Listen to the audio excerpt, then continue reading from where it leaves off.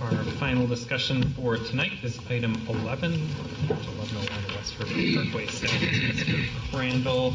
And Commissioner Rockwell, I know you had a question about this related to the building facade facing the walkway along the south edge of the property. Is there anything in particular you'd like Mr. Crandall to focus on? Yeah, I just wanted to understand a little bit. I'll start by saying I think this project is in generally very good shape, and since our committee of the whole, one of the sets of points suggested here towards the PUD is 3 points for the pedestrian improvements, which largely sits on the, I guess it's the east-west pedestrian pathway that runs kind of through the middle of the block. That would be a connector between, I think, the sort of bike path through the block past behind the what are now parking lots and the Red Cross building and so forth, to create a throughway. And so,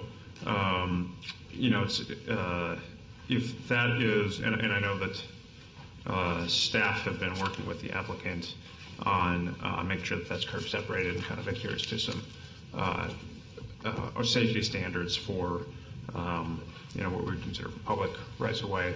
I think if we're giving points for that, which are for exceptional accessible pedestrian and/or bicycle access through the site, I noted that we have a policy facing public streets that are that we have active uses on 70% of parking garages, and the applicant's done a fabulous job on the river-facing frontage, but not on the back-facing frontage, because there are, in fact, no windows facing back.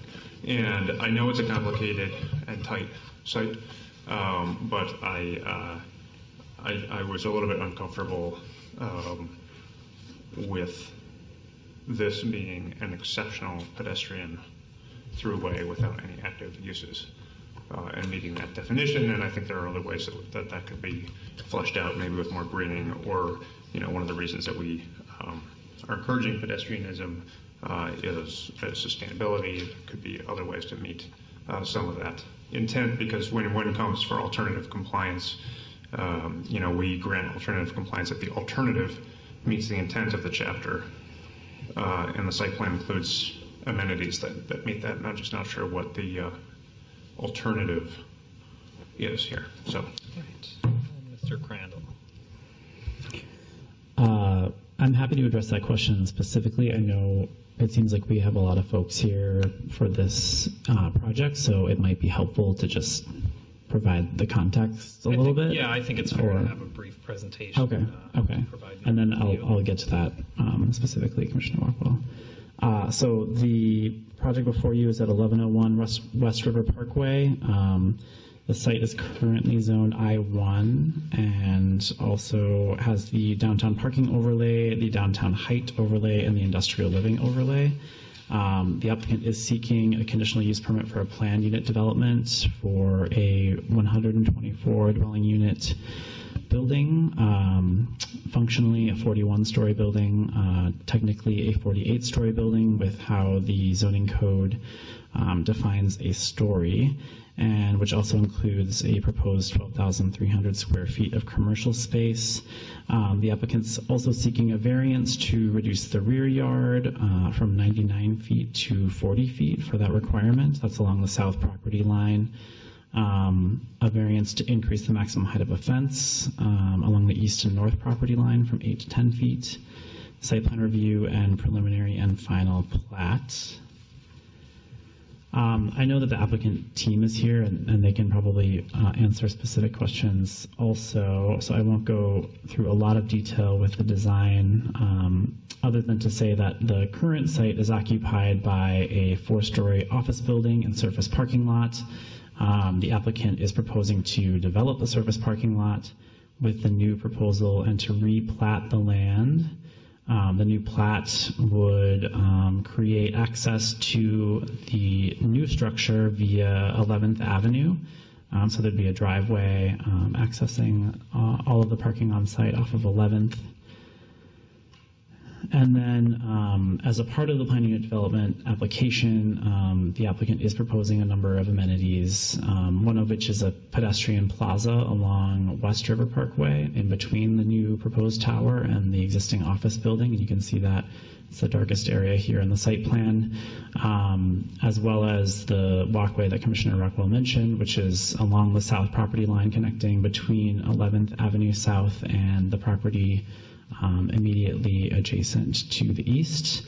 The hope and plan, I believe, is that connection would become a full connection between the Dinkytown Greenway and Gold Medal Park, and potentially would integrate pedestrian access between a lot of the residential parcels on the site.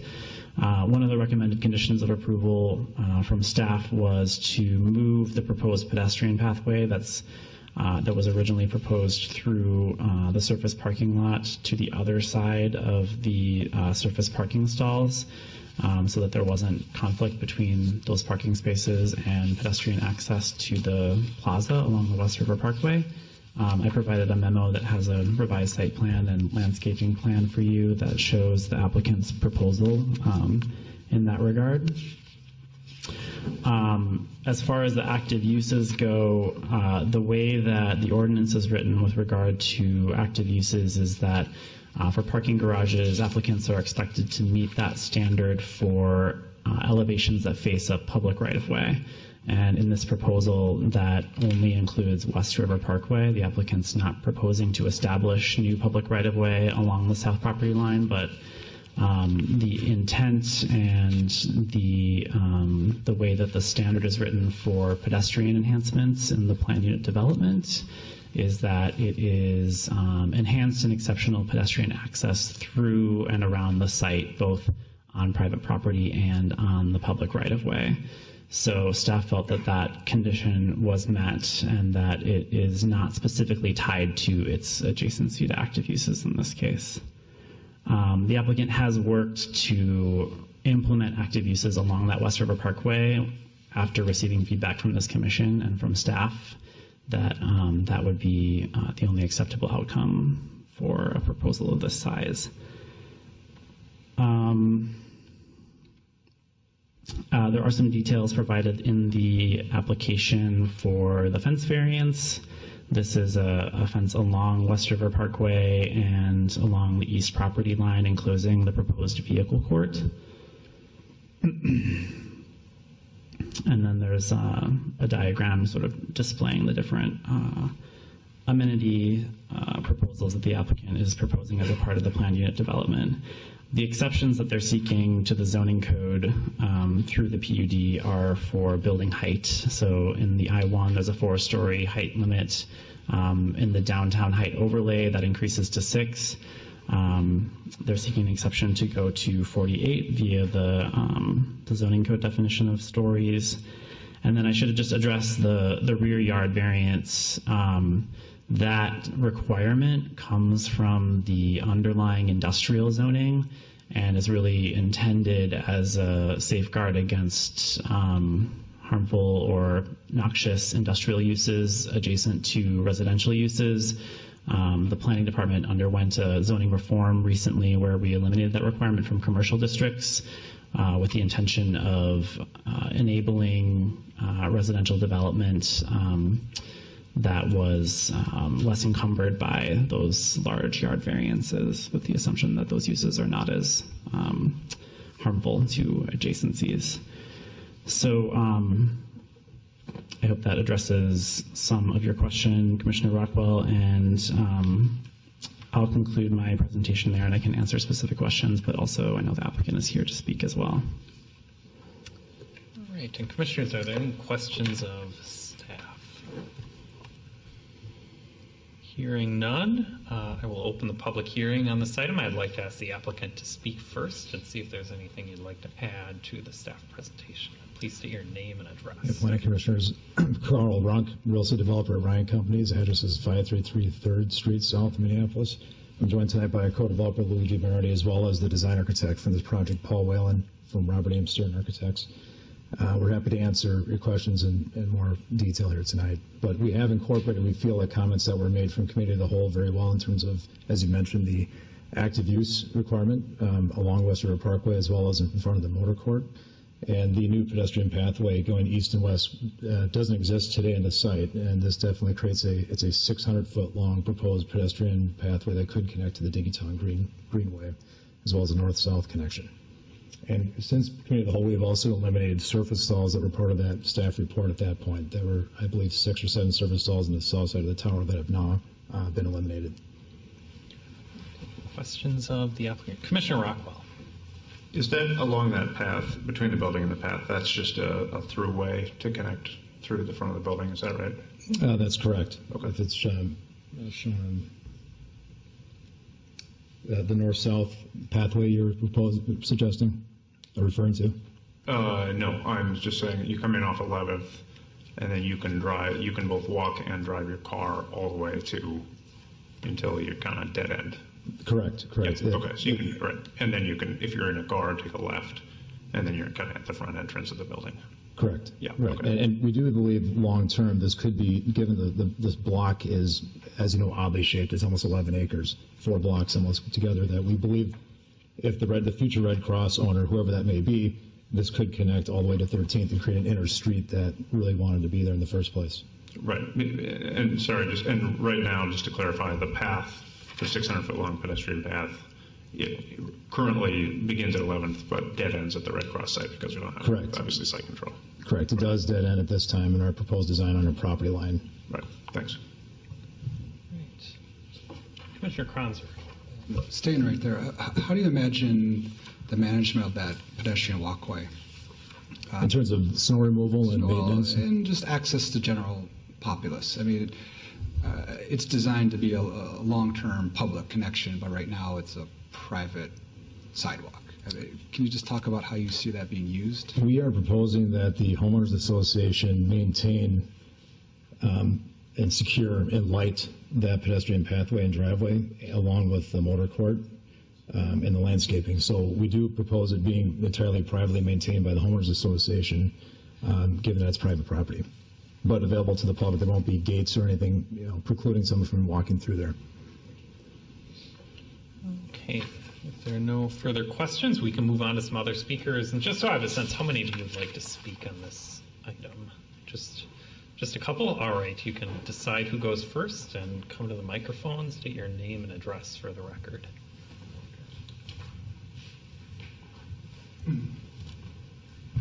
Thank you.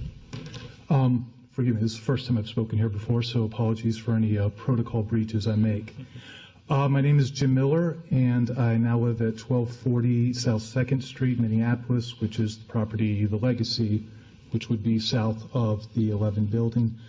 My main concern coming today was on the Part B variance, the drop from 99 to 40 feet, which, as I understand now, it was mainly for industrial purposes, but there are concerns as a resident of the new Legacy building about the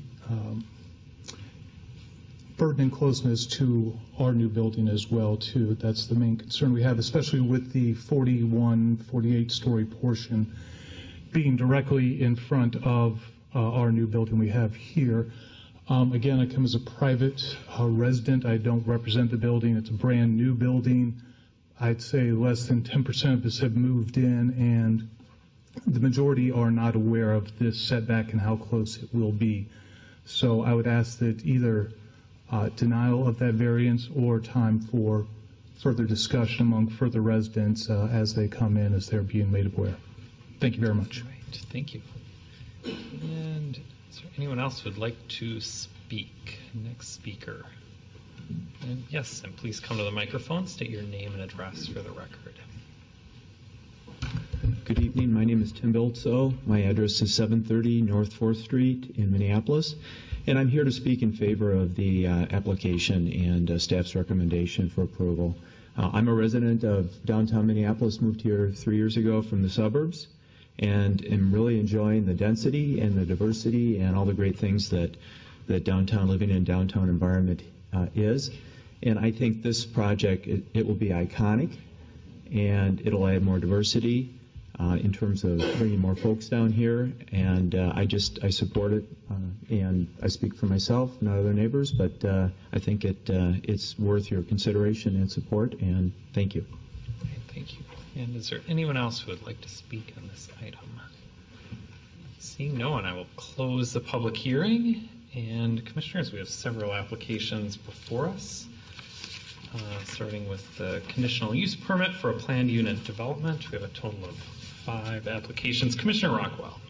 I just wanted to clarify my initial concern, and I just opened it up to hear what other commissioners think about it, and we can kind of work as a group. My concern, I'm aware that this is not technically a public right-of-way at the back here, and I'm not indicating that it is, but I think the intent is that it's publicly accessible. When we think about what makes an exceptional pedestrian realm, we have sort of decided as a city through our codes that do apply to public rights-of-way that not being along sort of car-focused or blank walls is important. We just denied variance in a conditional use permit for an expansion of parking lot downtown earlier tonight. And so I'm not trying to say that the alternative compliance code language applies here in fact, but rather in principle, that a right-of-way should have active uses in a context like this. And I also think that this is an important project and a good project, and should go forward in some form. And I thank the applicant for making changes since committee of the whole. But I do continue to have some concerns, and I think part of that is based on the proximity to vehicles and the number of parking stalls. Again, we've talked about this in a lot of contexts, and this is one way that manifests itself, and that we've tried to control that through our code. And if we're giving points for, quote, exceptional pedestrian facilities, I just wonder what we could do to make this exceptional. And maybe I don't have anybody that thinks this isn't exceptional, in which case, let's move on. All right. That's kind of an open-ended, what do my fellow commissioners think? Okay, any further questions or comments from the commission? Commissioner Cogill. I would generally agree with Commissioner Rockwell's comments here. I think it's fantastic what the improvements that we've seen on this project overall, but if the vision along that pedestrian space is for people to actually walk there, it would be great for us to move in a direction of showing exceptional active uses along that not really right of way, but effectively right of way. Commissioner Magrino. I also sort of agree in principle. I would just say that with the existing building that's already on the other side of this block, the Legacy, there kind of already is a pretty significant blank wall condition. So I certainly wouldn't hurt to improve this other building that's being built, but I think it's already going to be an issue, and I don't know that we're going to significantly improve the condition back there. I would tend to agree. I think, as the applicant, I think, alluded to in retrospect, maybe when this area was developed not all that many years ago, I think less than 20 years ago, we didn't really have a vision for an urban environment here and ended up with a very, very large block. So I think in retrospect, if we had a different vision for the area originally, the conditions might have been different. I do think that, a building does often need a backside just as the Legacy does. And while I think that having a connection that's publicly accessible through here in the long term is very important, and I'm glad to see that was incorporated in the project. I'm not sure that changes to that south facade are going to drastically change that environment. Commissioner Rockwell. I mean, I'm wondering if the applicant could come and discuss. This doesn't have to be a massive set of changes, but through additional landscaping or lighting, or a building does need to have a backside, but as discussed earlier by the applicant, this is an 11-acre block, and we're sort of trying to break this block up to make it more urban scale. And if we're trying to break the block up to make it more urban scale, then we're saying this side of the building is going to also affront to that interior pathway. And I am, as our testifier earlier tonight said, not a planner. I'm a lawyer. So I don't really have a good idea on this one, but I just wonder if the applicant has anything that they could conceive of to make this more, the existence of the path and the curb is good, but again, it feels like if this is a backside, but if we're giving PUD points for this, and the basis of that is that it's exceptional, I think we could think creatively, or maybe we could give direction to work with staff on a lighting and greening plan that brings us up more. My preference would be active uses, but that I don't think is possible. We can ask the applicant to come up and address that. So, Commissioner Rockwell, to clarify, you're not necessarily thinking it would have to involve changes to the floor plan. You're thinking through some combination of lighting, landscaping, additional windows. I mean, my preference as a human being is that we would have active uses. My knowledge as like a pragmatic person looking at these drawings is that seems highly unlikely that we could do that without torpedoing what is a good project. And so I'd like to hear what the full vision here is. And frankly, I'm using this not just to tell this applicant, but to tell other applicants coming down the pike, looking at this very carefully, because if we're going to give points for something like this, it actually has to be exceptional. I'm happy to let the applicant address that. I just wanted to point out also that the applicant is proposing a significant amount of enhanced exterior pedestrian scaled lighting, which I think addresses both of those issues in terms of the enhanced lighting standard, but also the pedestrian standard. And I didn't include the specifications for the actual fixtures in your packet, but you can look at the plan. And I will say that in my experience, it's one of the nicer exterior lighting plans that we've seen, and definitely helps staff get to meeting that standard. But I'll let the applicant speak to that too.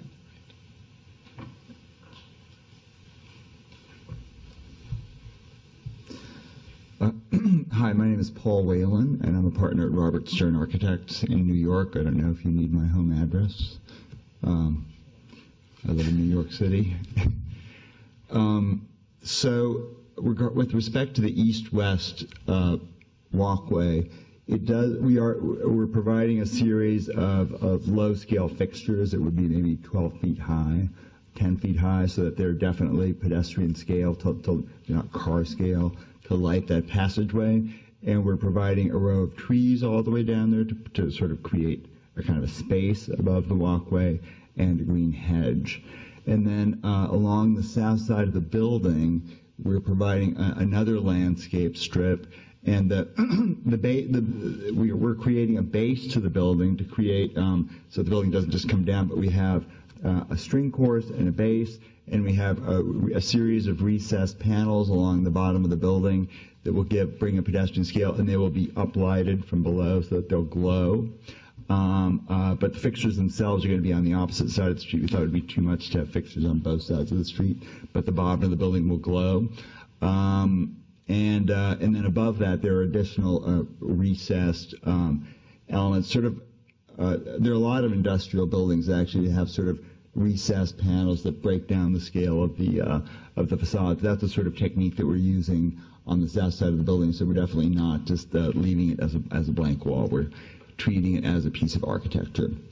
And then the north-south passage, which has now been moved so that it is next to the current office building, And so therefore, we had it behind the parking before. Now it's in front of the parking so that there isn't a disruption between cars backing up and somebody on a bicycle or a pedestrian walking that north-south path. I don't know if that answers your questions, but that's what we're thinking. And also, the one other thing is that the paving, the driveway paving is going to be colored concrete pavers. So it's not blacktop, not a big, huge poured piece of concrete, but it'll have a nice scale to it. Thank you. Okay. Thank you. And commissioners, are there any further questions, or would someone like to start things off with a motion? 5 applications before us. Commissioner Cogill. I'll move to approve the conditional use permit to allow a new mixed use plan unit development with the 2 stated conditions. We have a motion to approve item A, the conditional use permit for the planned unit development with the 2 stated conditions. Is there a second? Second. We have a motion and a second. Any discussion? Hearing none. We have a motion and a second. Clerk, please call a roll. Cogill? Aye. Ellison? Aye. Franzer? Aye. Negrino? Aye. Rockwell? Aye. Sweezy? Aye. 6-0. That motion carries. Moving along. Commissioner Cogill. I will move both items B and C, the variances to decrease the minimum rear yard requirement and increase the maximum height of a fence. Second. We have a motion and a second to approve items B and C, the variances for rear yard setback and height of fence. Is there any discussion? And since one of the speakers did touch on that issue, I will say, I mean, as Mr. Crandall stated, that 99-foot setback would relate to the underlying industrial zoning here, and that would be pretty impractical to require such a deep setback at a very urban location like this, and would make the property, even though it is a somewhat larger property, it would make it somewhat difficult to develop as well. And I don't know what, I mean, just having a parking lot or a lawn there wouldn't add a lot. So just want to mention that. Is there any further discussion? Hearing none, we have a motion and a second to approve items B and C. Clerk, please call a roll. Cogill? Aye. Ellison? Aye. Franzer? Aye. Negrino? Aye. Rockwell? Aye. Sweezy? Aye. 6-0. That motion carries. Commissioner Cogill. I will move approval of the site plan review for a new 41-story mixed-use building with the 1, 2, 3 stated conditions. Second. Right, we have a motion and a second to approve item D, the site plan review with the 3 stated conditions. Is there any discussion? I'll just Commissioner Cogill. say that really appreciative of what this final look is here, and hopeful that the vision for pedestrian connections and maybe that 13th Street can happen, and that this project kind of sets that in motion and a larger vision for the future of the downtown area. So thank you. Right, any further discussion?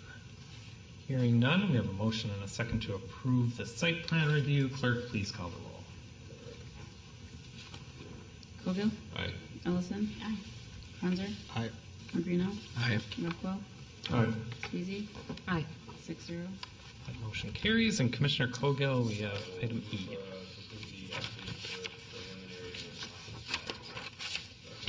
Right, we have a motion and a second to approve item E, the preliminary and final plat. Is there any discussion? Hearing none, clerk, please call the roll.